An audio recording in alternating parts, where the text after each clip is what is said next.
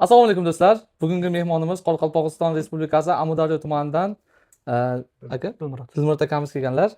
Dilmurod akamiz hozirgi kunda UZI apparat va qolgan mahsulotlar, veterinariyaga kerak bo'lgan mahsulotlarni oldilar va oldin bizdan zond olgan ekanlar. Zond oldingizmi? Shuni yana 25 kilolik qo'shimchasiga oldilar. Va termometr, detektorlarimiz va urib qo'yadigan apparatlarimiz va UZIchilar uchun alohida gel idishi bilan geli to'la va RKF T1 degan UZI apparatimiz bu sensorli, suvga chidamli, 10 000 amper, 22 sm chuqurlikni ko'ra oladi. Bu hozirgi kunda kangsilar bilan bir xilda raqobatlasha oladigan apparat hisoblanadi va narxiga ham arzon hisoblanadi.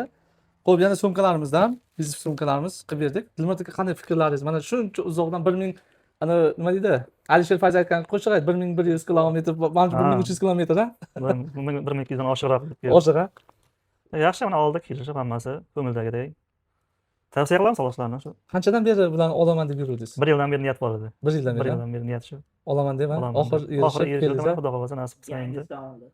Yangi Xalqni xizmatida bo'lamiz. xalq xizmatida. Aka, bizda nima uslugalar bor? Nima uchun apparatlar bizda qisman qimmat deyishlaringiz mumkin? Nimaga? Apparatlarda biz 2 yil mobaynida servis xizmatimiz bor va har bitta odam olgan odamga 1 yil mobaynida o'rgatamiz. Bu qanday o'rgatish jarayoni? Hozir kelganlarda hozir biz bu yerda texnikasini o'rgatamiz va telefon orqali bizga videolarni tashlab turadilar.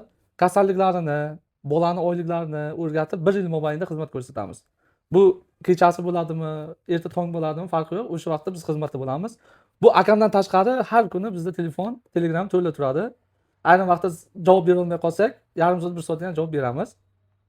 Kimga shunday mahsulotlar kerak bo'ladigan bo'lsa, pastda telefon raqamlarimiz. Joningiz va molingiz sog' bo'lsin.